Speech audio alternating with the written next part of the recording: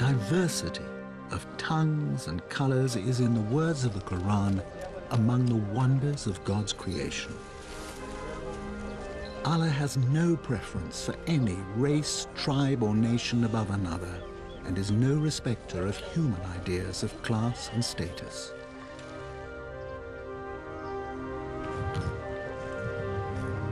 It is a message that gives dignity to the poorest laborer or peasant who has no need of priests or rabbis to interpret God's message because, as it says in the Quran, we have made this easy to understand in your own tongue. Any shed, field, or street corner is a suitable place to worship Him, and He is always close to you. Closer, God says in the Quran, than your jugular vein. And when you pray, you feel you're speaking directly to Him. Prayer gives you a feeling that no one can describe. It's beyond human imagination. You feel you're in God's hands, in the hands of someone you love. You're not praying because you have to, or because you're frightened of Him. You're praying because you feel such love for Him. Whether prayer is private or communal, the idea that everyone has a direct personal relationship with God is at the heart of the message of the Quran and Sunni Muslim belief. And the Sunnis are the majority, roughly 85% of the worldwide Muslim community. But the God the Sunni worship may not be described in human language, nor represented in any art form, for that would be blasphemous.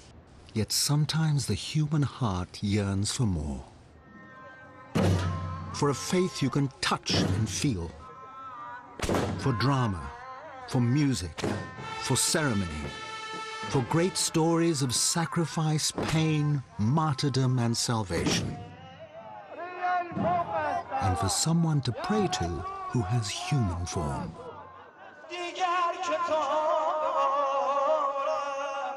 Shia Islam answers these needs. In the Iranian city of Qom, they're commemorating the murder of Ali, son-in-law of the Prophet Muhammad. The Shia revere Ali and his descendants as the Imams, following the bloodline of the Prophet. Down the generations, one Imam after another was murdered, until the 12th and last Imam, who disappeared in childhood and will return as the Mahdi, the Shia Messiah, to establish a perfect society on earth. But do these specific beliefs have any substance in the Quran? The answer is no. But from the earliest days of Islam until the 19th century, the Shia accused the Sunni of tahrif, falsification of the Quran, by altering key words which make it clear that God had chosen Ali and his descendants to succeed Muhammad as leaders of the Muslim community. But in today's atmosphere, any talk of a falsified Quran is out of the question. There has been no alteration and manipulation in the Quran that Muslims have today. All the Qurans that Muslims are reading right across the world are identical. The Quran that all Muslims read makes clear the direct personal relationship between man and God. But Shia Muslims believe there's an intermediary. The Iranian city of Mashhad, built around the magnificent shrine to Imam al-Reza, the 8th Imam, who was poisoned in the year 818. As they cross the street, people pause to honor the sacred memory of this departed saint.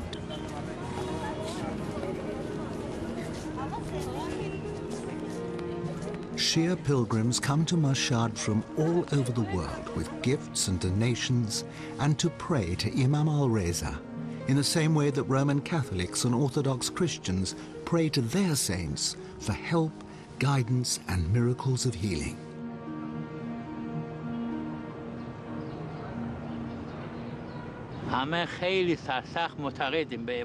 All Iranians fervently believe in our Imams because they have the power to cure, because they are forgiving, they are full of goodness.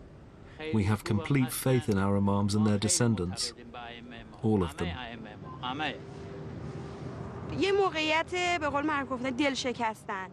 If there's a time when your heart is broken and you bring your problems to Imam Reza, he will hear your prayer. He can unburden your heart and lift your spirits.